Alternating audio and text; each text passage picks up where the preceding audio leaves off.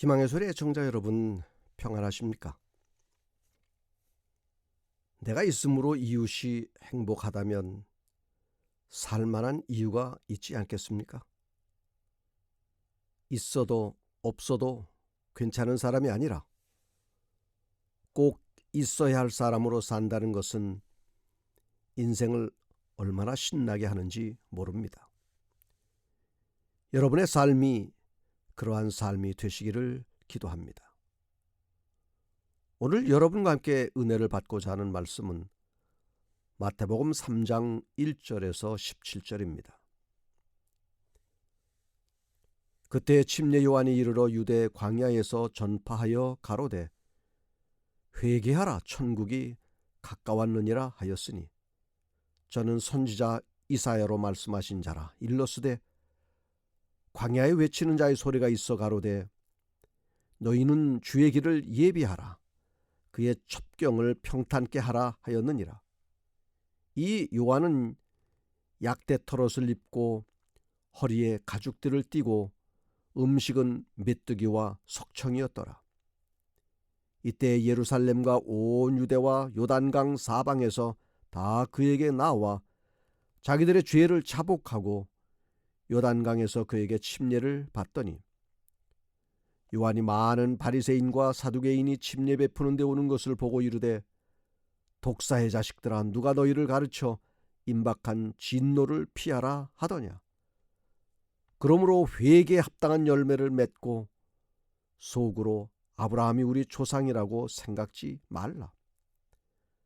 내가 너희에 이르노니 하나님이 능히 이 돌들로도 아브라함의 자손이 되게 하시리라. 이미 도끼가 나무 뿌리에 놓였으니 좋은 열매 맺지 아니하는 나무마다 찍혀 불에 던지우리라. 나는 너희로 회개케 하기 위하여 물로 침례를 주거니와 내 뒤에 오시는 이는 나보다 능력이 많으시니 나는 그의 신을 들기도 감당치 못하겠노라. 그는 성령과 불로 너희에게 침례를 주실 것이요. 시대가 요구하는 사람, 이런 제목으로 함께 은혜를 받고자 합니다. 각 시대마다 하나님께서는 그 시대를 이끌고 세상으로 하여금 하나님께로 돌아가도록 하기 위해서 사람들을 택하셨습니다. 노아, 모세, 엘리야, 바울, 그들은 하나님의 뜻을 받들어 그 시대에 하나님의 기별을 세상에 전파했으며 또한 자신에게 주어진 사명을 완수하기 위해서 최선의 삶을 살았습니다. 그래서 그들의 헌신과 충성으로 말미암아 오늘에 이르기까지 복음이 세상에 충만하게 되었고 하나님의 사업은 여기까지 오게 된 것입니다. 예수님께서 이 땅에서 구속사업을 하시기 전에 하나님께서는 예수님의 길을 예비할 특별한 사람을 6개월 전에 보내셨습니다. 그리고는 그를 준비시켜 예수님의 사업을 위한 준비 단계를 철저히 예비하도록 하셨습니다. 그 사람이 바로 침례 요한인 것입니다. 침례 요한에 대해서 몇 가지 함께 생각해 보고자 합니다. 첫째, 그는 개혁자였습니다. 요한의 시대는 재물에 대한 탐욕과 사치와 외양을 사랑함이 극에 달했습니다. 관능적인 쾌락, 먹고 마시는 잔치가 육체적 질병과 퇴폐를 일으키고 영적 통찰력을 흐리게 하고 죄에 대한 감각을 무디게 하여 감소시켰습니다. 백성들은 점점 하나님에게서 멀어져 갔으며 종교 지도자들은 자신들의 위치를 지키지 못하고 오히려 백성들의 걸림돌이 됐고 비난의 대상이 되었습니다. 그러한 가운데 요한은 준비된 개혁자로서 나타난 것입니다. 요한은 여호와의 사자로서 사람들을 하나님의 빛으로 이끌어야 했고 사람들의 비뚤어진 사상을 새 방향으로 인도해야 했습니다. 하나님의 계명의 신성성을 인식하게 만들고 하나님의 완전한 의의 필요성을 느끼도록 하는 것이 그의 할 일이었습니다. 그러기 위해서 요한 자신이 거룩하지 않으면 안 되었던 겁니다. 그의 몸은 하나님의 성령이 거하실 만한 성전이 되어야 했고 사명을 수행하기 위하여 건전한 체력, 건전한 정신력, 영적 능력을 가져야만 했습니다.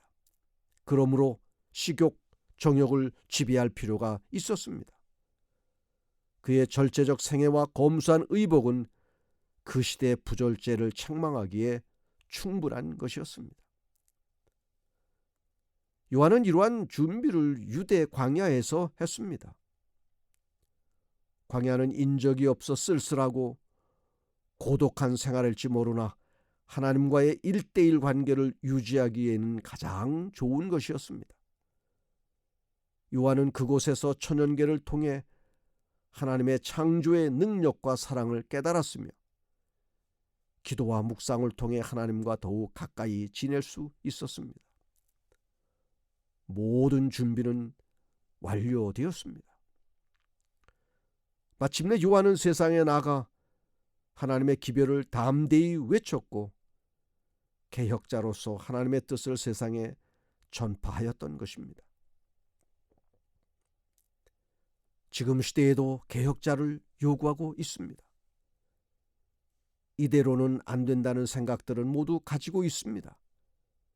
개인이나 교회가 너무 세속화되었고 빛과 소금의 역할을 하지 못한다는 비난을 벌써부터 듣고 있습니다. 도덕적 가치를 우위에 두면서 세상을 변화시켜야 할 그리스도인들이 오히려 세상으로부터 손가락질 당하며 세상 사람들보다 못하다는 조롱의 대상이 되고 있는 것 또한 부인할 수 없는 사실입니다. 개인의 삶도 그렇고 교회도 마찬가지입니다. 신앙의 위기, 교회의 위기라고 말합니다. 이러한 위기를 슬기롭게 넘기지 못하면 우리 모두는 공멸한다는 분위기가 감지되고 있는 것입니다. 이러한 때에 우리의 생애도 광야의 생활이 필요합니다. 세상의 물질 문명에 휩쓸려 때로 하나님을 잊어버리고 세상과 적당히 타협하면서 살아가고 있습니다. 어느 것이 선이고 악인지 분별이 애매해서 어중간한 행동을 취할 때도 있는 것입니다. 이럴 때 우리의 시선을 돌이켜 광야를 바라보고 그 속에서 열심을 다해 간절히 기도하는 자신의 모습을 생각해 보십시오. 우리는 마지막 때의 개혁자로서의 사명을 가지고 있습니다. 무너져가는 교회, 흔들리는 진리와 신앙을 올바로 세울 책임이 우리 모두에게 있는 것입니다. 교회가 너무나 세속적으로 흘러가고 진정한 경건을 교회 안에서 볼 수 없는 세태가 되어가다 보니 이구동성으로 교회 개혁을 부르짖고 있습니다. 이대로는 안 된다는 것입니다. 신앙을 바로 세워야 한다는 것입니다. 그래야 개인도 교회도 살 수 있다는 데 모두가 동의하고 있는 것입니다. 여러분에게 묻습니다. 여러분 자신의 신앙이 지금 바로 서 있다고 생각하십니까? 진리 위에 내 신앙이 굳건히 서 있느냐 하는 것입니다. 바로 서 있지 못하면 어떻게 설 수 있는가를 고민해야 하는 것입니다. 각자가 하나님 앞에 바로 서 있다면 개인도 교회도 다시 살 수 있고 부흥할 것이 틀림없습니다. 분명 우리는 개혁자의 사명을 가지고 있습니다. 세상을 위한 개혁, 교회를 위한 개혁이 우리의 어깨에 놓여 있는 것입니다. 이러한 개혁을 완수하기 위하여 자신을 거룩하게 구별하는 결단이 있어야 합니다. 자신의 일에만 열중한 나머지 하나님을 잊어버리고 살아가는 우리의 삶의 현장을 바꾸어야 합니다. 세상을 포기하지 않으면 자신을 거룩하게 구별할 수 없습니다. 하나님을 사랑하는 사람이 개혁자이고 진리를 사랑하는 사람이 개혁자인 것입니다. 이런 사람이 지금 요구되는 것입니다.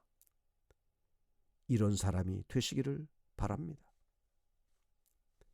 둘째로 침례 요한은 자신을 아는 사람이었습니다. 요한은 자기가 광야에 외치는 자요, 회개케 하기 위하여 물로 침례를 줄 자요, 그리스도의 신을 들기도 감당치 못할 자인 것을 알았습니다. 당시에 최고의 인기를 누렸으며 요한이 있는 곳에는 언제나 사람들이 구름같이 몰려들었습니다. 장안의 화제는 온통 요한과 관련된 이야기들이었으며 종교 지도자들과 왕까지도 그의 기별에 떨고 있었습니다. 가히 누구도 할 수 없는 일들을 하고 있었던 것입니다. 그러는 중에 요한은 자신의 사명이 무엇인지 분명히 알았으며 자신의 위치를 알았습니다. 그는 자신이 무엇을 해야 하는 줄을 알았기에 세상을 향해 목숨을 내놓고 담대하게 기별을 외칠 수 있었고, 동시에 하나님께 자신 있게 탄원할 수 있었던 것입니다. 교만해질 위험이 자신을 얼마든지 자랑할 만한 위치에 있었지만 그는 언제나 겸손했습니다. 결코 자신의 위치를 벗어나지 않았던 것입니다. 요한은 그리스도의 길을 준비함으로 주의 재림을 위하여 백성을 준비시킬 자들의 한 상징이 되었습니다.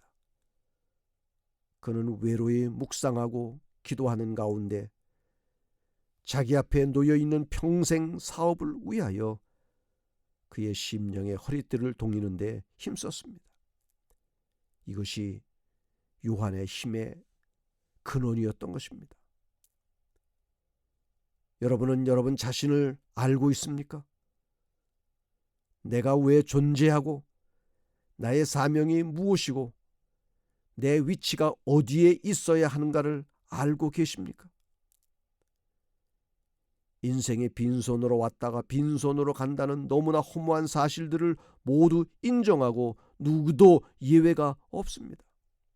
그러나 이 세상에 무엇인가를 남기고 가는 것은 있어야 되지 않겠습니까? 땅 한 평 이름 석자만 남기고 갈 것입니까?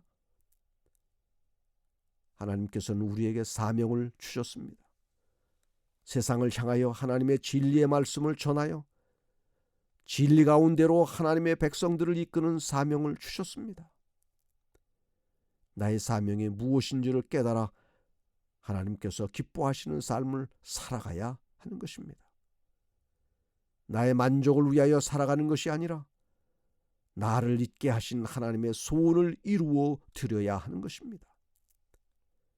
나의 사명을 완수하기 위하여 힘써 기도하고 영혼을 만나기를 두려워하지 말아야 하는 것입니다. 우리의 사명을 다하는 날 그에 따른 모든 보상은 하늘에서 하실 것입니다. 셋째, 요한은 영적 눈이 열린 사람이었습니다. 요한은 침례를 받으러 나오는 무리 가운데 섞인 예수님을 보았습니다.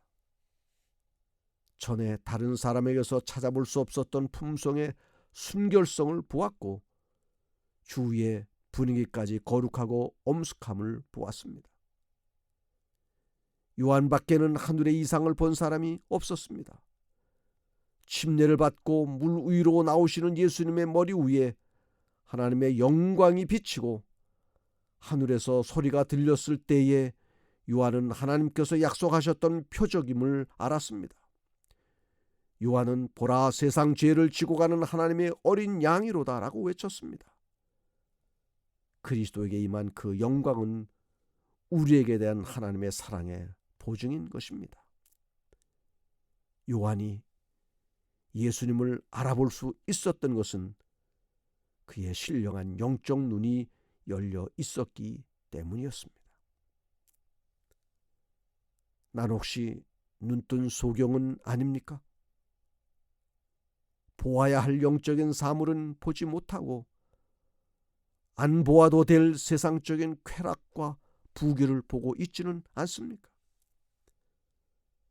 세상을 볼 땐 근심, 걱정, 슬픔, 고통이 가득 차 있습니다. 세상을 바라보면 죄의 유혹이 아른거립니다. 그러나 나의 영적 눈만 뜬다면 하늘의 보좌와 금보석으로 깔린 우리가 영원히 살 집이 보여야 하는 것입니다. 짧은 세상의 삶에 도취되어 영생을 잃어버리는 어리석음을 범하지 마시기를 바랍니다. 우리의 영적 눈은 그리스도와의 끊임없는 교제와 기도로서 열릴 줄 믿습니다. 영적인 눈이 열려 내 주위의 사람들이 죽어가는 모습을 보십시오. 죄의 구렁에 빠져 헤어나오지 못하는 친구들과 이웃들을 보십시오. 그들을 살려내야 하지 않겠습니까? 그들을 건져내야만 합니다. 창세기 13장 10절, 이에 롯이 눈을 들어 요단 지역을 바라본즉 소알까지 온 땅에 물이 넉넉하니 여호와께서 소돔과 고모라를 멸하시기 전이었으므로 여호와의 동산 같고 애굽 땅과 같았더라.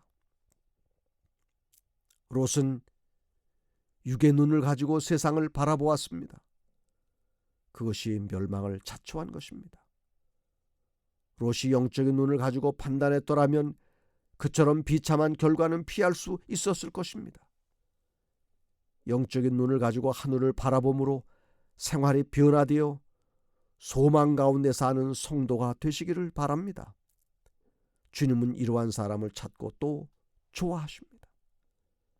영적 눈이 열려 십자가를 볼 수 있었으면 좋겠습니다. 내 곁에 언제나 와 계시는 예수님을 볼 수 있었으면 좋겠습니다. 땅만 보면 육의 사람이 될 수밖에 없습니다. 그러나 눈을 들어 하늘을 바라보면 하늘 백성이 되는 것입니다. 골로새서 3장 2절, 위의 것을 생각하고 땅의 것을 생각지 말라.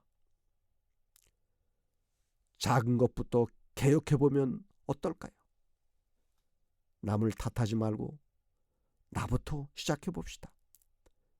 길이 아니면 가지를 맙시다. 하나님의 뜻이 아니면 쫓지 맙시다. 말씀대로 살아보십시다. 하늘 백성처럼 살아봅시다. 나의 연약함을 알아 끊임없이 주님을 붙드는 사람이 되시기를 바랍니다. 나의 사명을 한시도 잊지 말고 사명을 완수하는 하나님의 사람이 되시기를 간절히 바랍니다. 육의 눈은 좀 어두워진다 하여도 영의 눈만큼은 언제나 밝게 하시기를 바랍니다. 기도하면 영의 눈이 밝아집니다. 말씀을 보면 영의 눈이 밝아집니다. 그 눈을 가지고 십자가를 날마다 바라보며 살아갑시다. 예수님을 바라보며 삽시다. 우리 모두가 이 시대가 진정으로 필요로 하고 요구하는 하늘의 사람, 사명을 가진 사람이 되시기를 간절히 바랍니다. 기도하겠습니다. 하늘에 계신 우리 아버지 하나님, 하나님의 사명을 이루기 위하여 살아간다는 것은 얼마나 큰 도전이요 특권인지 알 수 없습니다. 이 일을 위하여 우리를 부르셨으니 그 사명 온전히 감당할 수 있도록 하늘의 능력을 허락하여 주시옵소서.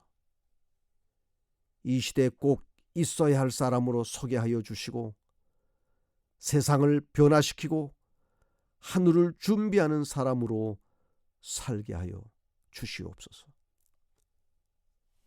예수님의 이름으로 기도합니다. 아멘.